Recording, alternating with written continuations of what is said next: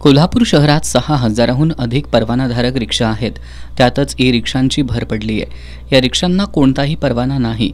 आता तर काही परवानाधारक रिक्षा चालक आपली रिक्षा भाड्यानं देऊन आणि आपण स्वतः ई-रिक्षा चालवून दुहेरी उत्पन्न मिळवत आहेत. त्यामुळे कोल्हापूर जिल्हा ऑटो रिक्षा संघर्ष समितीनं रिक्षांना परवाना सक्तीचा करावा या मागणीसाठी प्रदेश परिवहन अधिकारी संजीव भोर यांची भेट घेतली आणि त्यांच्यासमोर रिक्षा चालकांच्या समस्या मांडल्या.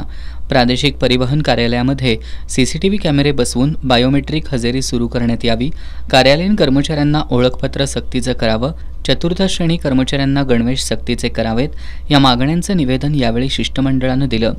या शिष्टमंडळात कॉम्रेड सुभाष शेटे, राजेंद्र जाधव, चंद्रकांत भोसले, ईश्वर चन्नी, अरुण घोरपडे, मोहन बागडी, अविनाश दिंडे, राहुल पोवार, राकेश गायकवाड, अतुल पोवार, शिवाजी पाटील यांचा समावेश होता.